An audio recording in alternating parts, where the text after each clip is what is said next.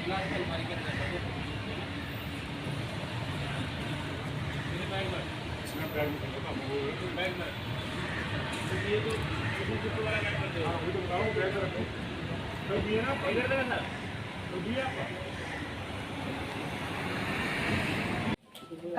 का शुभारंभ हम श्री A.S. रावत, महानिदेशक ICFR के स्वागत भाषण से करते हैं। इसके लिए मैं सर को आमंत्रित करती हूँ। माननीय मंत्री जल शक्ति मंत्रालय भारत सरकार, माननीय राज्य मंत्री वन पर्यावरण एवं जलवायु परिवर्तन मंत्रालय भारत सरकार, महानिदेशक वन एवं विशेष सचिव मंत्रालय के उपस्थित अधिकारियों, विभिन्न राज्यों के सचिव, प्रधान सचिव वन, प्रधान मुख्यमंत्री, भारतीय वानिकी अनुसंधान एवं शिक्षा परिषद के संस्थानों के निदेशकों एवं वैज्ञानिकों, परिषद मुख्यालय के अधिकारियों एवं वैज्ञानिकों, प्रेस और मीडिया के प्रतिनिधियों का भी हार्दिक स्वागत करता हूँ। महानुभाव वर्ष 2019 में DPR बनाने का कार्य मंत्रालय द्वारा ICFR को सौंपा गया था और इसी क्रम में HFRI शिमला के व्यास, रावी, चिनाब, झेलम एवं सतलुज, FRI देहरादून ने यमुना, आफरी जोधपुर ने लूनी, TFRI जबलपुर ने नर्मदा, IFB रांची ने महानदी, IFB हैदराबाद ने गोदावरी, IWC बेंगलोर ने कृष्णा, IFGDB कोयम्बटूर ने कावेरी तथा RFRI जोरहाट ने ब्रह्मपुत्र नदी की DPR तैयार की है। परियोजना की तैयारी में राज्य वन विभागों के वरिष्ठ अधिकारियों एवं फील्ड ऑफिसर्स, कृषि विभाग, शहरी विकास विभाग, नगर निकायों, जल विज्ञान, भू विज्ञान के विशेषज्ञ, सॉइल कंजर्वेशन इंस्टीट्यूट के विशेषज्ञों, नागरिक समाज के प्रतिनिधियों सहित अन्य हितधारकों को सम्मिलित किया गया है। विस्तृत योजना की तैयारी में नदी प्रदेशों की पहचान, विशेष मुद्दे, GIS एवं रिमोट सेंसिंग तकनीक का उपयोग कर स्तरों की प्राथमिकता, वैज्ञानिक इनपुट के साथ विभिन्न उपचार मॉडल विकसित करना और समय समय पर हितधारकों के साथ परियोजना के मसौदों पर चर्चा की गई। प्राथमिकता के आधार पर स्तरों को उपचार के लिए प्रस्तावित किया गया है। ऐसे स्तरों का क्षेत्रफल नदी प्रदेश के क्षेत्रफल का 3% से कुछ अधिक है। प्रदेश में कुल 283 उपचार मॉडल, कृषि प्रदेश में 97, शहरी प्रदेश में 126 मॉडल प्रस्तावित है। उगाए गए पौधों के रखरखाव के साथ साथ अनुश्रवण एवं अनुसंधान और परियोजना प्रबंधक के घटकों को शामिल किया गया है।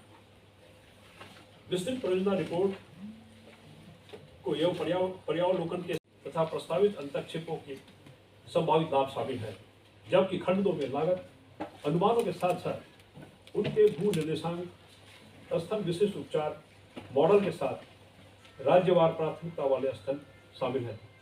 इसके अलावा 13-20 परियोजना रिपोर्ट के सारांश एवं राष्ट्रीय दस्तावेज भी तैयार किया गया है। मैं आशा करता हूं कि परियोजना की इम्प्लीमेंटेशन के उपरांत परियोजना दस्तावेजों में उल्लेखित अनुमानित आउटकम्स की प्राप्ति हो सकेगी। भारत की 13 प्रमुख नदियों के पुनरुद्धार के लिए तैयार की गई DPR पर प्रस्तुति देने के लिए आमंत्रित करती हूँ। नमस्कार। आदरणीय श्री भूपेंद्र यादव जी, माननीय मंत्री पर्यावरण, वन एवं जलवायु परिवर्तन मंत्रालय भारत सरकार, श्री गजेंद्र सिंह शेखावत जी, माननीय मंत्री जल शक्ति मंत्रालय भारत सरकार, श्री अश्विनी कुमार चौबे जी, माननीय राज्य मंत्री पर्यावरण, वन एवं जलवायु परिवर्तन भारत सरकार, श्रीमती लीना नंदन, सचिव पर्यावरण, वन एवं जलवायु परिवर्तन मंत्रालय भारत सरकार, श्री CP गोयल, महानिदेशक एवं विशेष सचिव पर्यावरण, वन एवं जलवायु परिवर्तन मंत्रालय भारत सरकार, पर्यावरण, वन एवं जलवायु परिवर्तन मंत्रालय के सभी वरिष्ठ अधिकारी व वैज्ञानिक, सभी राज्यों के प्रमुख मुख्य वन संरक्षक एवं वन बल प्रमुख जो इस कार्यक्रम से ऑनलाइन जुड़े हैं, राज्य सरकारों के अन्य विभागों के वरिष्ठ अधिकारी, आज के इस कार्यक्रम में ऑनलाइन माध्यम से जुड़े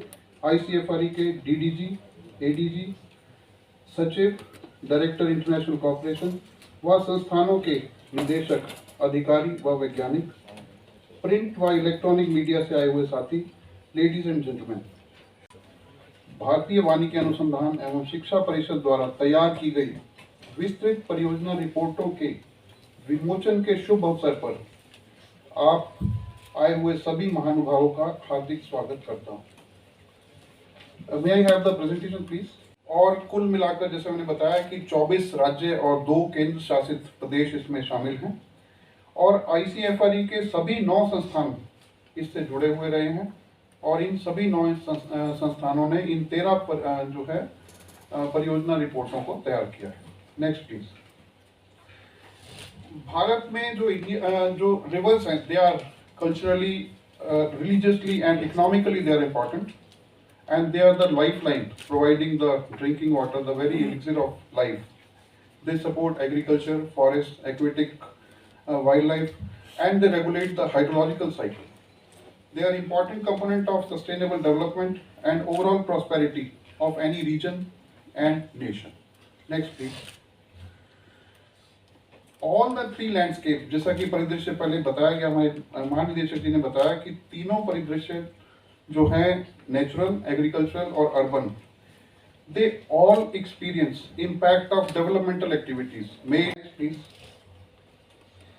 The preparation of DPR started with designating the nodal officers by the state forest departments. Thereafter, the inception and orientation workshops were organized to sensitize all the stakeholders, including the line departments, municipal authorities, NGOs, civil societies, and through series of consultative meetings, the riverscape area was decided and issues specific to the individual rivers were identified. Using GIS and remote sensing techniques, the site for treatment was prioritized and the ground verification was done on sample basis.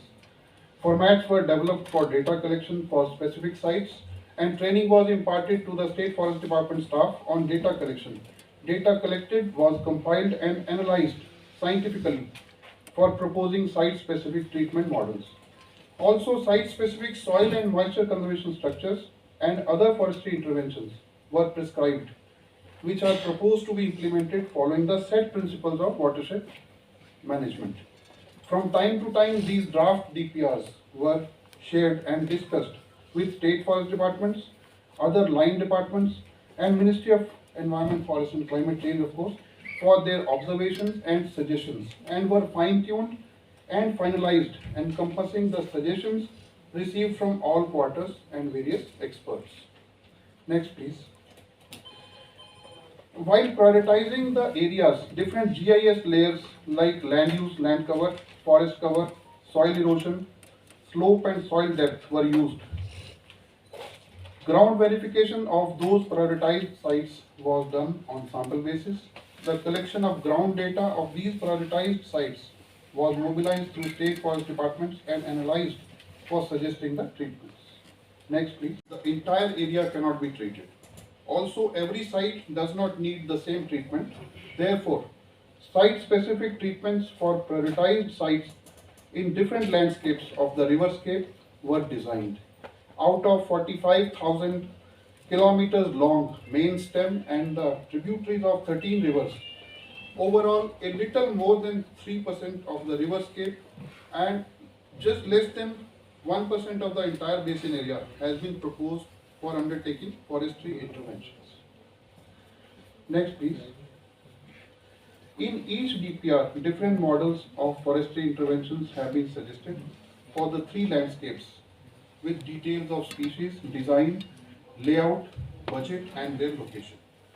The forestry interventions mainly comprise of soil and moisture conservation structures, industrial, block, bund and high density plantations and fodder plantations in natural and agricultural landscapes, besides avenue plantations using preferably indigenous species of herbs, shrubs, grasses, trees and medicinal plants, and riverfront development on the river banks in the urban areas. Forest fire management and invasive species management has also been taken care of. Next, please. के वानिकी हस्तक्षेपों के माध्यम से पुनरुद्धार पर तैयार detail project reports के national document का विमोचन करें। ये प्रमुख नदियां हैं झेलम, चेनाब, रावी, ब्यास, सतलुज, यमुना, ब्रह्मपुत्र, लूनी, नर्मदा, गोदावरी, महानदी, कृष्णा एवं कावेरी। और जैसे आपको बताया गया है, इनकी इंडिविजुअल डिटेल प्रोजेक्ट रिपोर्ट्स यहाँ पर रखी गई हैं। सर थोड़ा पीछे हो जाओ, थोड़ा पीछे हो जाओ भैया। Sir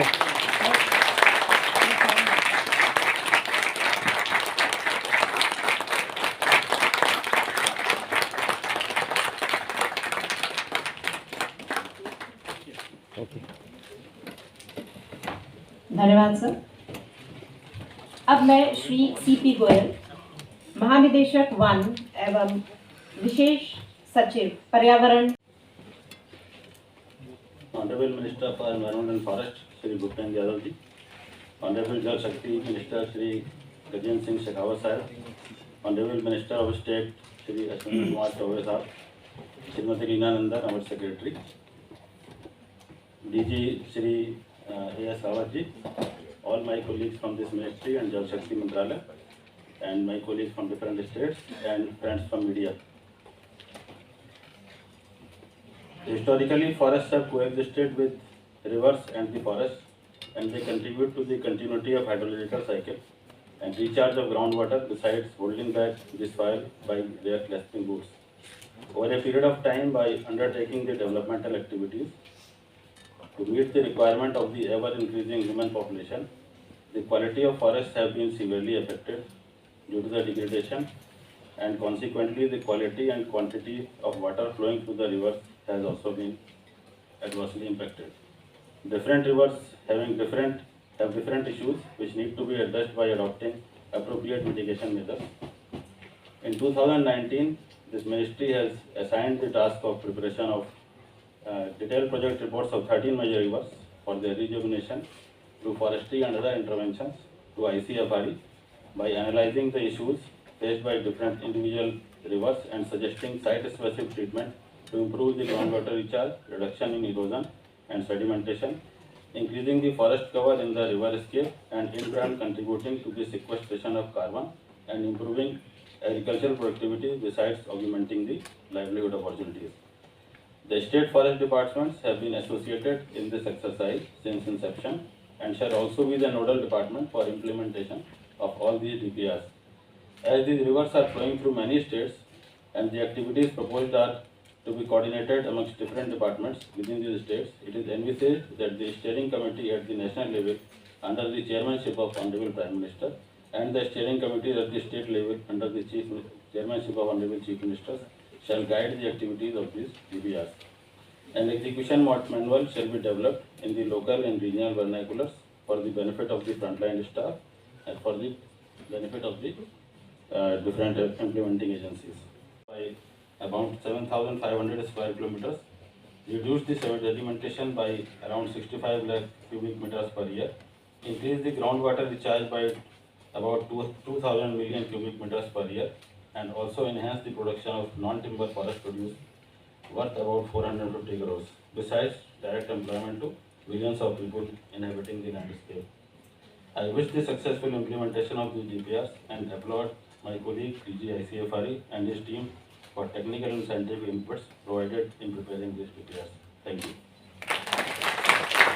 Honorable Minister for Environment, Forest and Climate Change, Labour and Employment, Honorable Minister for Jal Shakti, Honorable Minister of State for Environment, Forest, Climate Change, Food and Consumer Affairs, DG ICFRE, DG Forest, my colleagues from the Ministry of Environment and Forest and state governments, friends from the media, ladies and gentlemen. Rivers are the lifeline of every country, and as they flow through generations and centuries, they can tell us stories of the times past. They are the legacy that we leave for future generations, and therefore the responsibility on all of us to restore and rejuvenate the river systems of India cannot be overemphasized. They will bring life to the future generations. They will nurture all of us, and they will make sure that this country continues to flourish and to prosper. Therefore, these DPRs, with the detailed background work that has gone into them, which has been brought out in the presentation by DG ICFRE, these detailed project reports have very systematically and exhaustively looked at every aspect of the rivers, and looked at what ails our rivers and what is it that we need to do. What are the steps that we need to undertake? And the systems that have been suggested, the steps that have been suggested are unique to every ecosystem. We will be with them step by step and shoulder to shoulder in their efforts. Thank you. अब मैं इस समारोह के विशिष्ट अतिथि श्री अश्विनी कुमार चौबे, माननीय राज्य मंत्री पर्यावरण, वन और जलवायु परिवर्तन, भारत सरकार से सभा को संबोधित करने का अनुरोध करती हूँ। आज के इस महत्वपूर्ण कार्यक्रम में पधारे हुए हमारे इस पर्यावरण, वन और जलवायु परिवर्तन के माननीय केंद्रीय मंत्री श्री भूपेंद्र यादव जी, भारत सरकार के माननीय जल शक्ति मंत्री श्री गजेंद्र सिंह शेखावत जी, मंत्रालय के सचिव श्रीमती लीना नंदन जी, वन महानिदेशक सह विशेष सचिव श्री चंद्र प्रकाश गोयल जी और भारतीय वानिकी अनुसंधान एवं शिक्षा परिषद के महानिदेशक श्री अरुण सिंह रावत जी, यहाँ उपस्थित सभी वरिष्ठ पदाधिकारीगण, पत्रकार मित्रों, देवियों एवं सज्जनों, आज का यह कार्यक्रम 13 पवित्र नदियों के पुनरुद्धार पर जो विस्तृत परियोजना प्रतिवेदन तैयार किया गया है, उस संदर्भ में आज उसका उल्लेख किया गया है। आप जानते हैं, नदी और जल हमारे पुरातन काल से ही, मुझे लगता है जब से सृष्टि का शुभारंभ हुआ, प्रकृति का उस समय से प्रारूप तैयार हो गया। प्रकृति का जो यह गुण है, और भारतीय संस्कृति में जहां और पंचतत्व में ही विलीन हो जाता है, और इसलिए इस शरीर का भी महत्व बहुत है। और इस शरीर में बिना जल, वायु, पृथ्वी, अग्नि, आकाश, ये पंचतत्व है। जिस पंचतत्व से ये भवन भी निर्मित है, जो अपना पर्यावरण भवन जो है, तो निश्चित रूप से मनुष्य के जीवन के लिए ये पंचतत्व आवश्यक है। लेकिन उसमें जल और वायु की महत्ता बहुत ही अत्यधिक है। यह जो पुरातन संस्कृति हमारी है, भारतीय संस्कृति जिसको कहते हैं, सचमुच में जहाँ हमने गंगे चौ, यमुने चौ, रेवा, गोदावरी, सरस्वती, रेवा, महानदी, गोदावरी, सरस्वती और नर्मदे, सिंधु, कावेरी, जलेस्मिन् सन्निधिं कुरु, यह जो जल के बारे में कहा गया है, जल सचमुच में जल ही जीवन है, हम सभी जानते हैं। और पवित्र नदियों में स्नान करके भगवान सूर्य को, भास्कर को प्रणाम करते हैं। और पितृ तर्पण भी हमारे यहाँ जल के द्वारा ही पितृ तर्पण होता है। अगर हमें मोक्ष लेना है तो बिना जल के पितृ तर्पण का आपको मोक्ष नहीं प्राप्त हो सकता। यह जो हमारी वेदों में धारणा है, वेदों में, पुराणों में, ऋचा में, सभी जगह जल के बारे में वर्णन है और नदियों के बारे में उद्धृत है। और पवित्र नदियों के जो जल है उपचारात्मक, उसमें शक्ति से भी भरपूर्ण है, क्योंकि पर्वत और श्रृंखला से ये प्रवाह बराबर बहते रहने के कारण औषधि, वनस्पति और तमाम इस प्रकार के जैव विविधताओं का एक भंडार है, समावेश है। और इसलिए नदियों को विशुद्ध रूप से हम कह सकते हैं कि नदी भूदृश्य कहते हैं, क्योंकि वे अंतर संबंध जल विज्ञान एवं पारिस्थितिकी प्रणालियाँ को एक साथ समाहित करती है। नदी सिर्फ एक जलधारा ही नहीं है, बल्कि उसमें सभी तरह की जलधाराएं एवं उनके जलग्रहण क्षेत्र का समावेश भी होता है।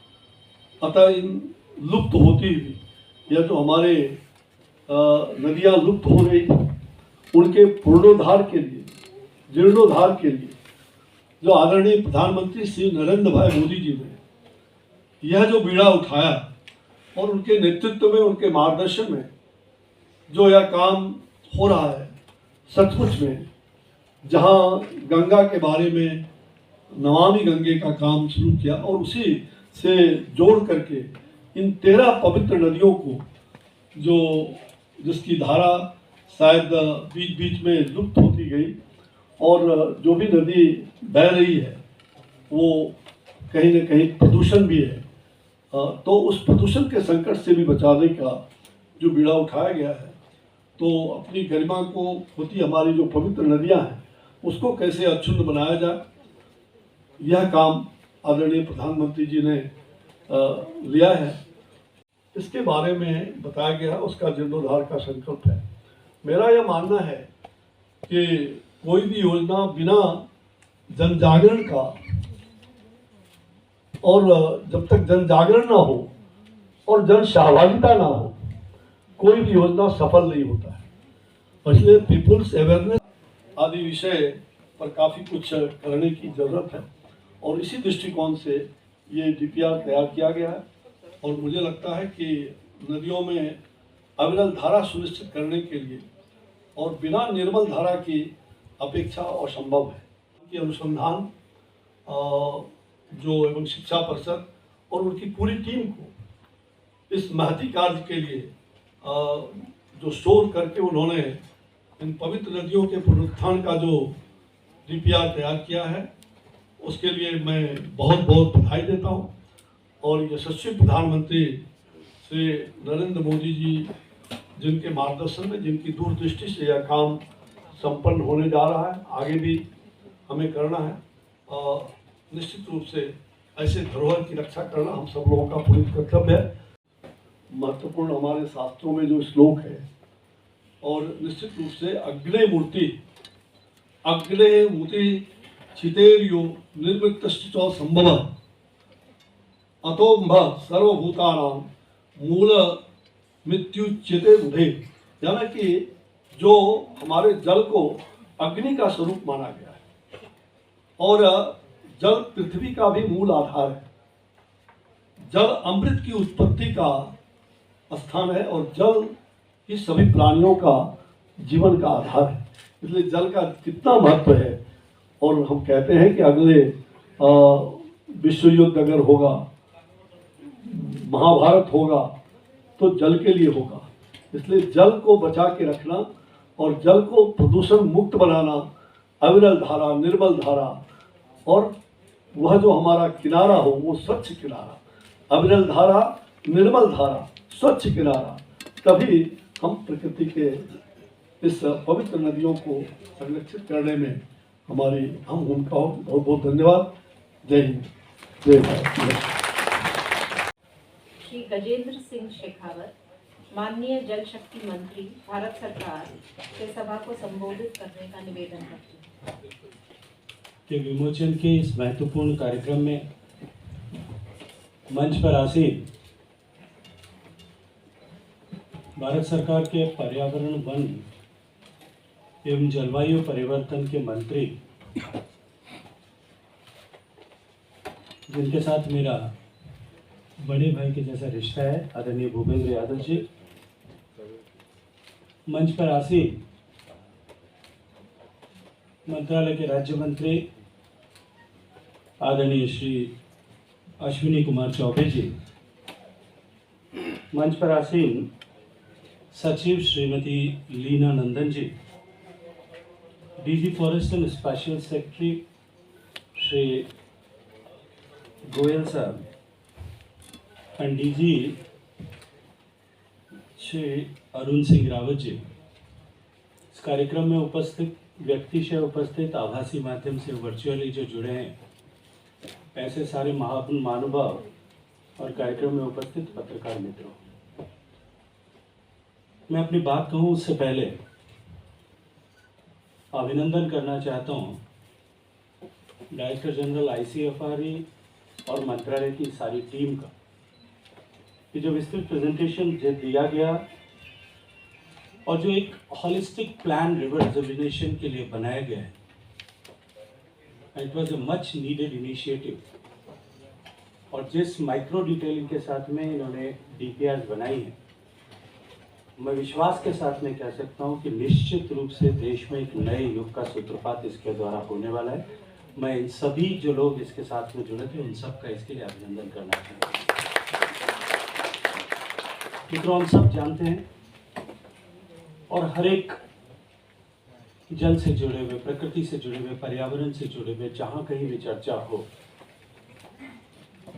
हर चर्चा के समय, हर एक भाषण में हम इस बात को सर्वसामान्य रूप से स्वीकार करते हैं कि जल जीवन का आधार है। पंच महाभूतों की भी चर्चा यदि हम करें तो प्रथम महाभूत के रूप में जल को स्वीकार किया गया है। What is elixir of life?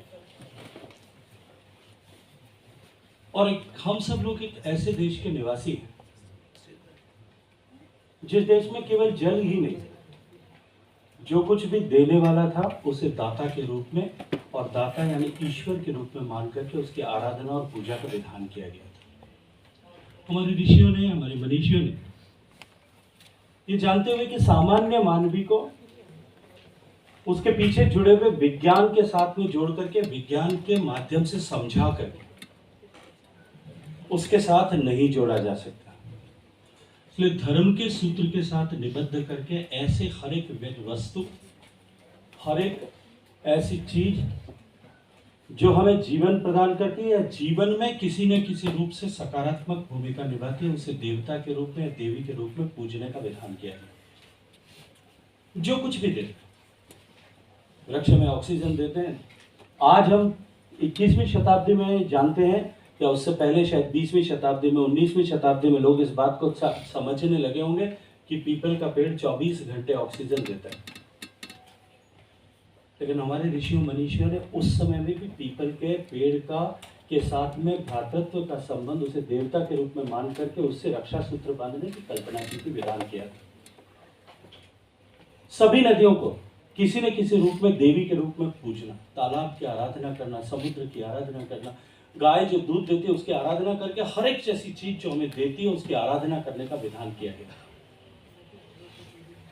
ताकि उनके प्रति लोगों का जीवन साहचर्य बना रहे, संबंध बना रहे, अक्षुण्ण बना रहे, और उनके प्रति सम्मान का भाव बना रहे। समझने की आवश्यकता है कि हम कस्टोडियन हैं, और एक कस्टोडियन होने के नाते ये प्रकृति और पर्यावरण के घटक, जल, जंगल, जमीन, जानवर, पिछली पीढ़ी ने हमें जिस परिस्थिति में हस्तांतरित किए थे, और ये जो संकट का काल है, ये सब 50, 60, 100 साल का से ज्यादा लंबा नहीं। पिछले 50, 60 साल में जो पीढ़ी धरती पर थी, दुनिया के किसी भी देश में होगी, केवल भारत की चर्चा नहीं करता, कमोबेश स्थितियां सारी दुनिया में एक ही जैसी।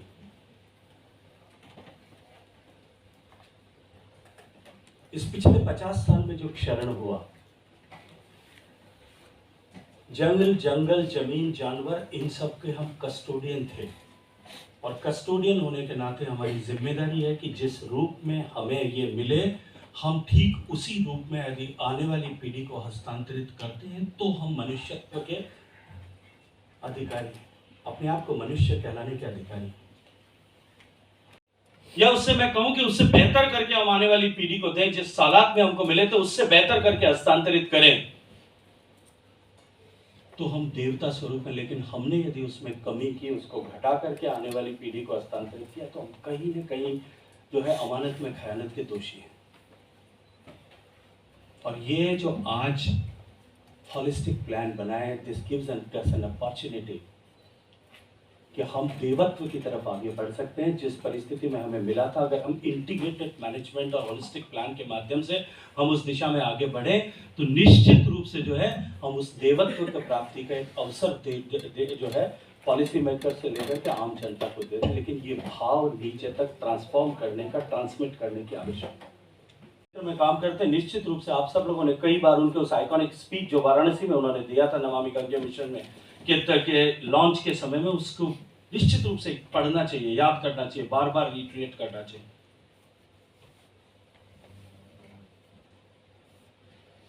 जो गंगा पर जिस विजन के साथ में काम शुरू हुआ था, एक हॉलिस्टिक प्लान गंगा के लिए बनाया गया।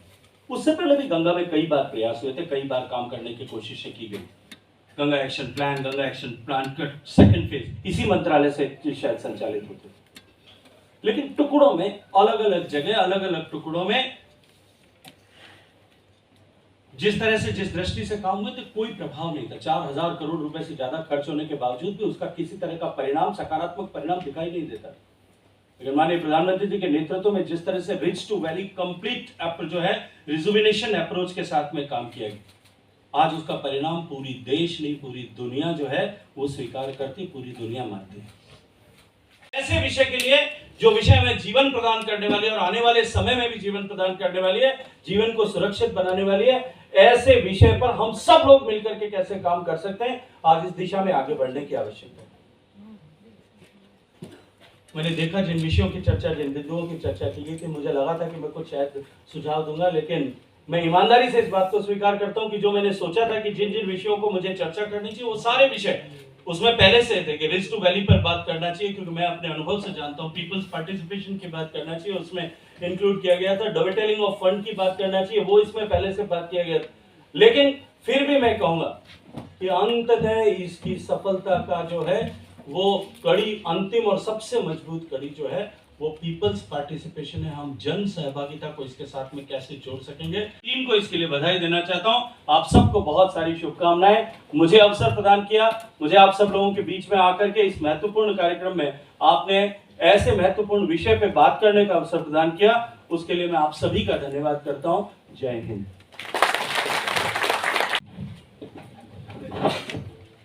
धन्यवाद सर। अब मैं इस समारोह के मुख्य अतिथि श्री भूपेंद्र यादव, माननीय केंद्रीय पर्यावरण, वन और जलवायु परिवर्तन मंत्री से अनुरोध करती हूँ कि वे इस अवसर पर अपने विचार व्यक्त कर हमें अनुग्रहित करें।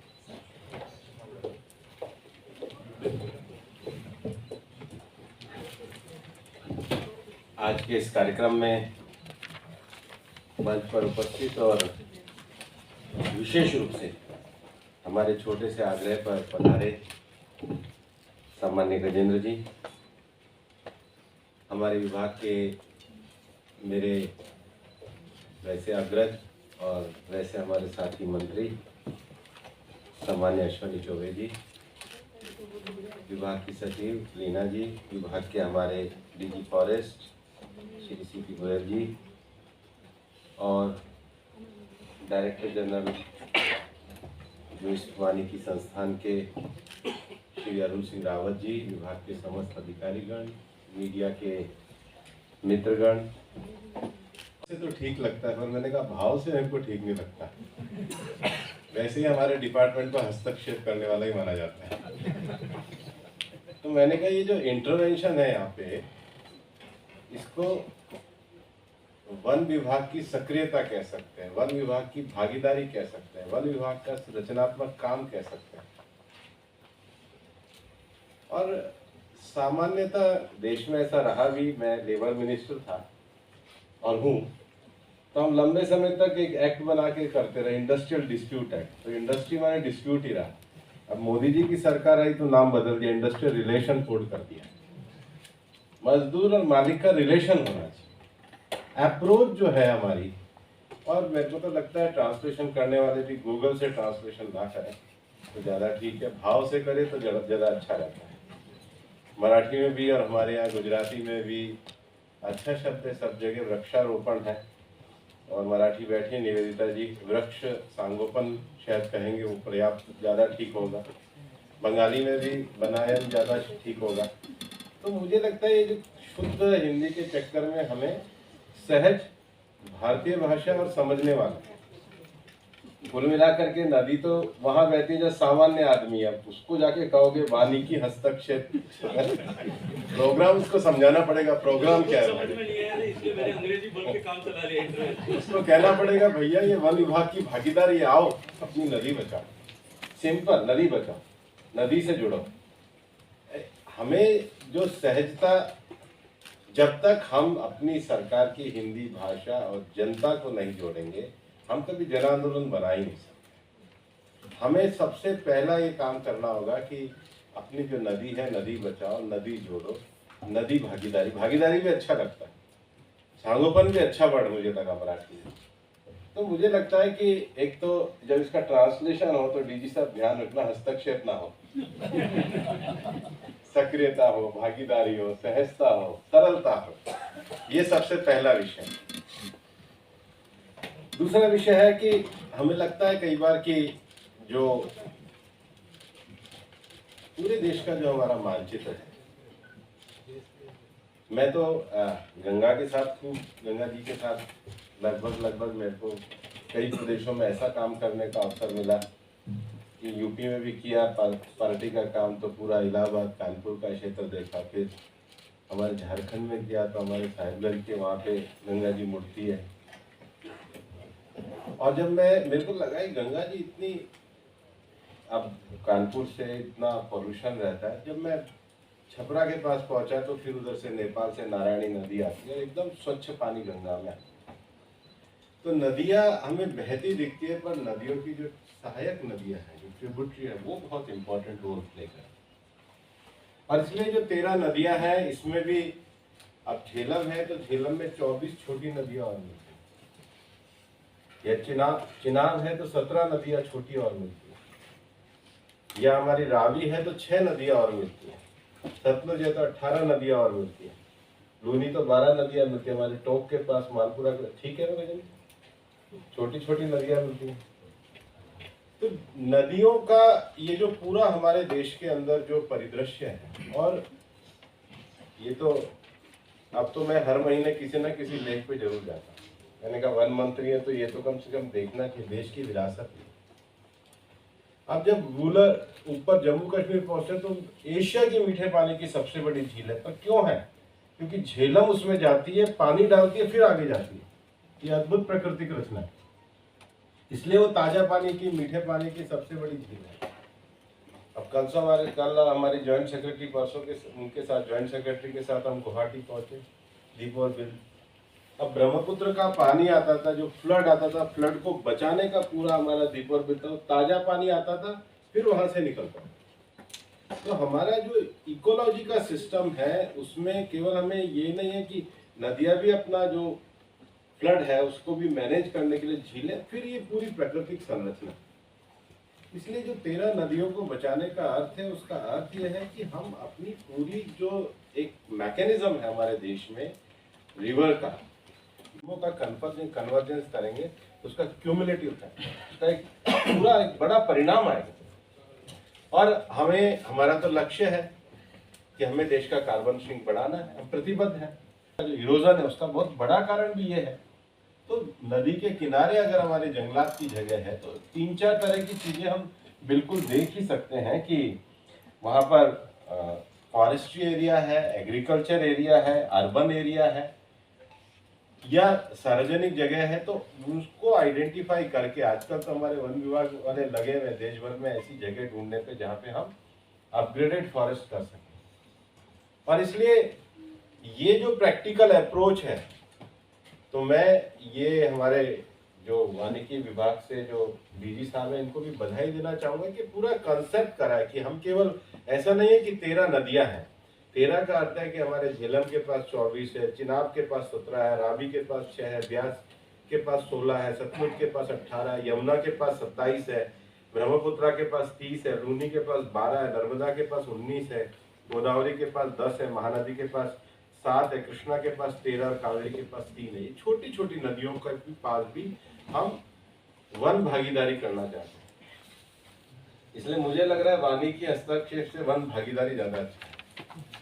तो वन भागीदारी, जन भागीदारी, और उसमें भी जो सबसे बड़ा विषय है इस देश की और दुनिया की सबसे बड़ी सभ्यता नर्मदा जी।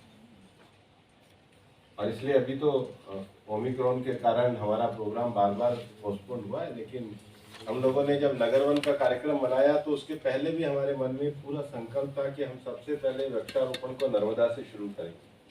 कुछ अन्य स्थगित ना हो तो इस 25-26 को ही हम शुरू करेंगे। पूरा बारिश का पानी आता है तो 290 किलोमीटर तक होता है। लोकटक में भी हमारी अब समस्या, झील से ज़्यादा समस्या इम्फाल से निकलने जो नदी है उसको हम कैसे सुधारें, वो हमारे विषय हैं।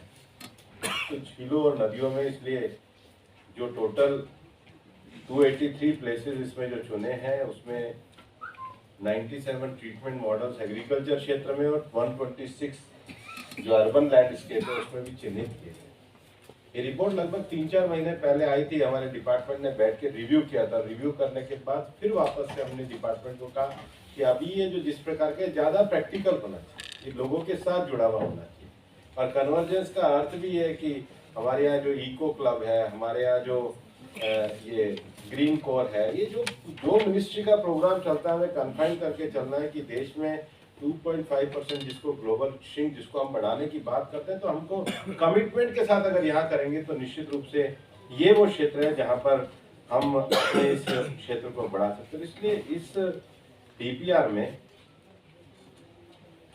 जो सबसे बड़ा जो ध्यान दिया है कि जो नेटिव वेजिटेशन, मतलब जो उस क्षेत्र उस जगह के लगने वाले जो पेड़ पौधे हैं, अब कूलर में तो अंग्रेज लगा गए थे वो क्रिकेट के बैट बनाने के लिए पेड़, अभी काटने पड़ रहे हैं, पूरी झील को खराब कर दिया। इसलिए जो नेटिव पेड़ हैं वो नेटिव पेड़ इस समय वो कटाई का काम चल रहा है, ड्रेजिंग भी चल रही है। मैं जब गया मैंने पूछा तो उन्होंने कहा कि ये तो 50-100 साल पेड़ है, वो पूरे झील को उन्होंने कहा।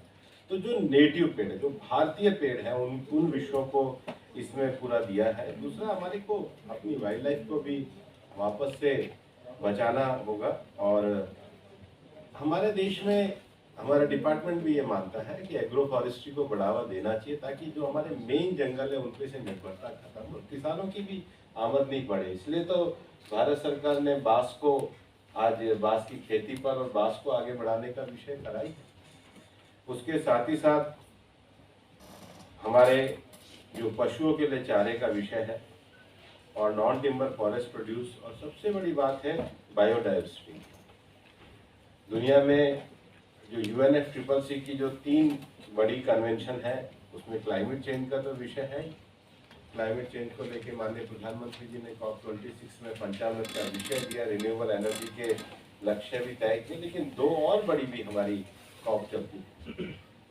एक डेजर्टिफिकेशन ऑफ लैंड, और हमारा देश तो दुनिया के उन देशों में है कि हमने 30 लाख मिलियन हेक्टर का जो वादा किया है, तो हमें इस पूरे प्रोग्राम से जो डेजर्टिफिकेशन ऑफ लैंड जो सबसे बड़ी समस्या है, उन जमीनों को हम वापस से सिंचित करने का काम कर सकते हैं। और उससे भी जो बड़ा विषय है वो हमारा बायोडाइवर्सिटी, और हमारी सरकार पूरी तरीके से प्रतिबद्ध है कि बायोडाइवर्सिटी में हम अपने यहाँ पर रिसर्च को इंटरनेशनल लेवल के रिसर्च की फैसिलिटी और सुविधाएं अपने बायोडाइवर्सिटी में जो लोग इस नॉलेज को, ट्रेडिशनल नॉलेज को जानते हैं, उनको वो स्तर मिले, उनको वो सुविधा मिले। उसके साथ ही साथ जो लोकल कम्युनिटीज है उनको एक्सेस बेनिफिट शेयरिंग, हम इस पर पूरी तरीके से प्रतिबद्ध, और उनके जीवन को सुधारने के लिए आज जो नदियों का शरण है उन नदियों के शरण को हमें आगे रोकने के लिए वहाँ पे ज़्यादा से ज़्यादा पेड़ लगाने।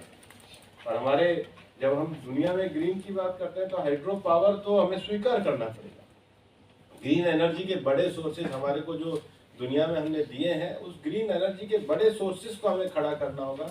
अपनी नदियों के जो प्रवाहमान क्षेत्र हैं उन प्रवाहमान क्षेत्र को शुरू करना पड़ेगा। इसलिए हम ये कहते हैं कि ये हमारा आज़ादी का 75वां साल है, अमृत वर्ष है, और माननीय प्रधानमंत्री जी ने कहा है कि ये जो आज़ादी का 75 साल नहीं है, आने वाले जो 25 साल है अमृत काल है। मुझे लगता है उसकी बुनियाद जो है ये जो हमारा जो DPR है, जिस प्रकार से इसमें एक लक्ष्य तय किया कि 10 वर्ष में हम कितना कार्बन श्रिंक के लिए अब वो ग्रीन कवर तैयार करेंगे, 20 वर्ष में कितना तैयार करेंगे। Wooden plate.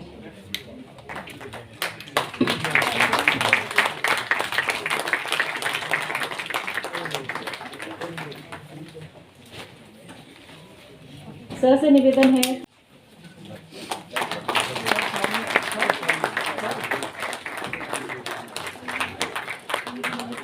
जी सर, हाँ आप सामने देखिएगा सर, प्लीज सर।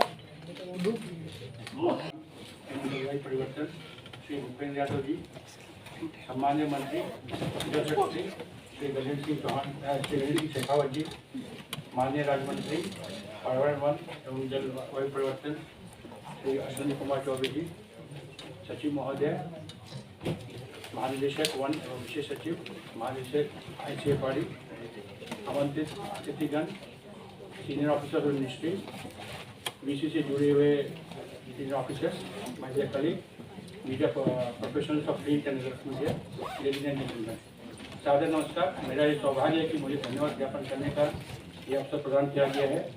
मैं तहे दिल से सम्मान्य मंत्री श्री भूपेंद्र यादव जी का धन्यवाद प्रदान करता हूँ। इन्होंने अपना बहुमूल्य समय निकाल के इस कार्यक्रम के लिए समय निकाला।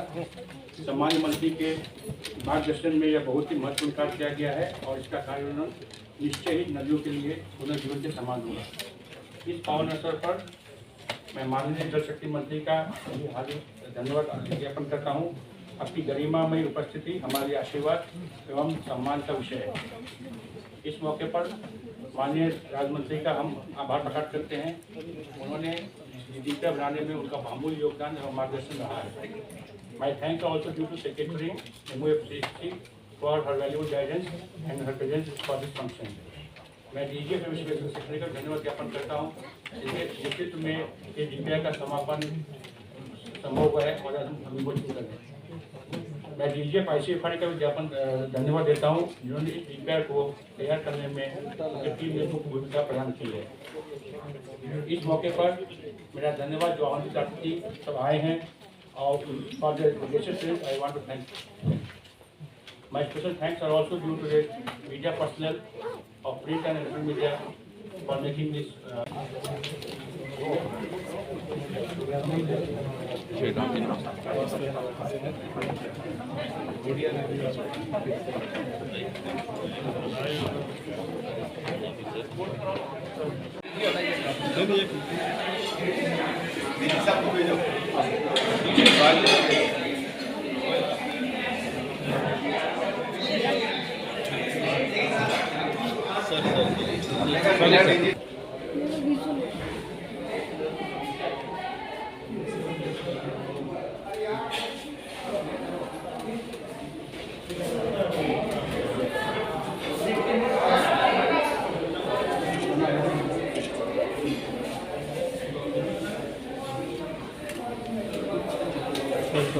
हो गया? और देख लो एक बार, चेक कर लो, घबराओ।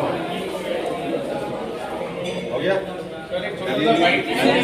आज हमारे बीच SD शर्मा जी हैं, हिमाचल से हैं, बेसिकली शिमला से, और गंगा प्रोजेक्ट सभी नदियों 13 नदियों के ऊपर इन्होंने अपना यहाँ पर विचार एक सम्मेलन में व्यक्त किए। आइए हम उनसे और अधिक जानकारी चाहते हैं कि किस तरह से वो अपने प्रोजेक्ट में काम कर रहे हैं और किस तरह से उनका ये बहुत बड़ा मिशन जो है सभी नदियों को जोड़ने का कैसे शुरू किया आपने। सभी को नमस्कार। आज का ये जो हमारा प्रोग्राम था जिसको कि माननीय केंद्रीय मंत्री श्री भूपेंद्र यादव जी ने अध्यक्षता की, जिसमें कि विशेष तौर पर अतिथि हमारे श्री गजेंद्र शेखावत जी, माननीय जल शक्ति मंत्रालय मंत्री, और साथ ही हमारे राज्य मंत्री वन, पर्यावरण एवं जलवायु परिवर्तन से श्री अविनाश चौबे जी, उन सभी ने शिरकत की। इसके साथ साथ हमारे सचिव और हमारे जो वन महानिरीक्षक एवं विशेष सचिव श्री CP गोयल जी, मैडम लीना नंदन जी, सभी की जो है प्रेजेंस में आज ICFRE देहरादून ने जो 13 नदियों की DPR तैयार की है for the rejuvenation of reverse through forestry intervention. Actually DPR जो है आम जनता नहीं समझ पाएगी, इसको थोड़ा सा हिंदी में आप बोलें। जी जी, ये जो है एक परियोजना थी जिसको कि ICFRE को national afforestation and eco development board ने जो है अप्रैल 2019 में ICFRE देहरादून को बनाने के लिए दिया था। इसका मुख्य उद्देश्य था जिसमें कि जो 13 मुख्य नदियां हैं, जिसमें हिमालयी नदियां हैं, अपनी पेनिनसुला की नदियां हैं और एक इनलैंड फ्लोइंग रिवर लोनी है, कुल 13 नदियां जो थी उनके ऊपर वानिकी जो है अपने कार्यकलापों से उन नदियों का कैसे जीर्णोद्धार किया जा सकता है। मतलब उनके किनारे वन लगाने की हमें अति आवश्यकता है ताकि वो बची रहें। जी, न केवल वन लगाने से, अगर हम ये देखें कि वनों का जो मुख्य रोल है वो दो तरह से है। पहला तो ये है कि वन जो है वो पानी को, जो बहते हुए पानी को रोकते हैं, व्यवधान पैदा करते हैं। उसके व्यवधान पैदा करने से पानी ज़मीन के अंदर जो है जाता है और जो हमारे जो एक्वीफर्स हैं उनको रिचार्ज करता है, और वही पानी जो है समय पर धीरे धीरे जो है कालांतर में वो किसी बावड़ी के रूप में, नदियों के रूप में, झरनों के रूप में कहीं और जाकर के निकलता है। तो उस पानी का जो मेन स्रोत है वो वर्षा के पानी को वनों के द्वारा रोक करके जल भूमि के अंदर सिंचित करना, और साथ साथ जो हमारे पेड़ों की जो जड़ें हैं वो जड़ें सारी की सारी जो है उनको मिट्टी को रोकती हैं, और मिट्टी को बहने से रोकने से जो हमारी नदियों का जल है, एक तो वो जो है उसमें सिल्टेशन कम होता है और पानी बढ़ने से उनमें फ्लो भी ज़्यादा होता है। तो यही दो उद्देश्यों के साथ में, पहला कि क्वालिटी पानी की सुधार हो और दूसरा क्वांटिटी जो है फ्लो पानी का बढ़े उसमें नदियों में। इन दो मुख्य उद्देश्यों के साथ में ये जो है परियोजना दी गई ICFRE को, जिसमें जो है मुख्य भूमिका जो है ICFRE ने तो निभाई ही निभाई, साथ में इसके कई सारे जो है जैसे वन विभाग, सभी राज्यों के वन विभाग और जो है अलग जो अपने एग्रीकल्चर डिपार्टमेंट, इसके अलावा म्यूनिसिपैलिटी डिपार्टमेंट, जो है रेवेन्यू डिपार्टमेंट, ये सभी डिपार्टमेंट्स के जो है सहयोग से एक DPR जो है, DPR का मतलब है एक विस्तृत परियोजना रिपोर्ट, जिस पर कि आने वाले जो है अगले 5 साल में अगर काम किया जाएगा तो हमारे को कई फायदे उससे मिल सकते हैं। नदियों में पानी बढ़ेगा, पानी जो बढ़ेगा उसकी पानी की क्वालिटी इंप्रूव करेगी, और उस क्वालिटी के साथ साथ में पानी का जो हमारी एग्रीकल्चर है उसमें सिंचाई के काम हो पाएंगे। सिंचाई के साथ साथ जो है लोगों की जो है रोजगार बढ़ेगा। तो इस तरह से, और साथ में जैसा कि हमारे तो प्रधानमंत्री माननीय नरेंद्र मोदी जी ने भी कहा है COP26 में कि 5 जो है वो मुख्य जो है उन्होंने एजेंडा रखे हैं, जिसको कि पंचामृत का नाम दिया गया। उनमें से एक मुख्य जो पॉइंट था वो ये भी था कि आने वाले समय में भारत जो है वो वानिकी के माध्यम से हम जो है उसको कार्बन को सिक्वेस्टर करेंगे और ज़्यादा सिक्वेस्टर करेंगे। तो इस परियोजना के माध्यम से यदि इसका क्रियान्वयन किया जाता है राज्य सरकारों के माध्यम से, राज्य सरकारों के अलग अलग विभागों के माध्यम से, तो तकरीबन 7,400 स्क्वायर किलोमीटर के एरिया को वनों से आच्छादित किया जा सकेगा, और जिससे तकरीबन 50 बिलियन टन जो है वो कार्बन डाइऑक्साइड को सिक्वेस्टर किया जा सकेगा आने वाले 10 सालों में।